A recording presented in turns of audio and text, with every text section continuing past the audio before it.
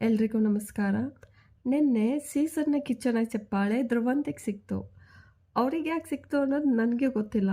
May be ಅವರೊಬ್ಬರೇ ಆಟ ಆಡಿದ್ರು, groupism ಮಾಡಿಲ್ಲ, ಯಾರಿಗೂ ಮ್ಯಾನಿಪ್ಯುಲೇಟ್ ಮಾಡಿಲ್ಲ, ಮನೆ ಕೆಲಸ ಎಲ್ಲ ಮಾಡಿದ್ರು, ಟಾಸ್ಕ್ ಬ್ಲಾ ಬ್ಲಾ ಬ್ಲಾ ಏನೋ ಒಂದು ಆಗಿರ್ಬೋದು. ಆದರೆ ಗಿಲ್ಲಿ ಫ್ಯಾನ್ಸ್ ಎಲ್ಲ ಗಿಲ್ಲಿಗೆ ಸಿಗಬೇಕು ಅಂತ ಹೇಳ್ತಾ ಇದ್ದಾರೆ. ನನ್ನ ಪ್ರಕಾರ ಗಿಲ್ಲಿ ಡಿಸರ್ವಿಂಗೇ ಅಲ್ಲ. ಗಿಲ್ಲಿಗೆ ಹೋಲಿಸ್ಕೊಂಡ್ರೆ ಧ್ರುವಂತ್ ಮೋರ್ ಡಿಸರ್ವಿಂಗ್.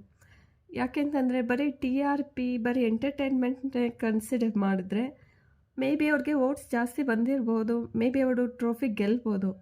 ಬಟ್ ಅವರೊಂದು ಟಾಸ್ಕ್ ಆಡಿಲ್ಲ, ಮನೆ ಕೆಲಸ ಮಾಡಿಲ್ಲ. ಔಟ್ ಕಂಟೆಂಟ್‌ಗೋಸ್ಕರ ಇಡೀ 1 ವೀಕ್ ಫುಲ್ಲು ಹಾಳು ಮಾಡಿದ್ದಾರೆ. ಯಾವಾಗಂತಂದರೆ ಹಳೆ ಕಂಟೆಸ್ಟೆಂಟ್ ಎಲ್ಲ ಬಂದಾಗ, ರಜತ್, ಚೈತ್ರ ಅವರೆಲ್ಲ ಬಂದಾಗ ಆ ವೀಕ್ ಫುಲ್ಲು ಹಾಳು ಮಾಡಿದ್ದಾರೆ.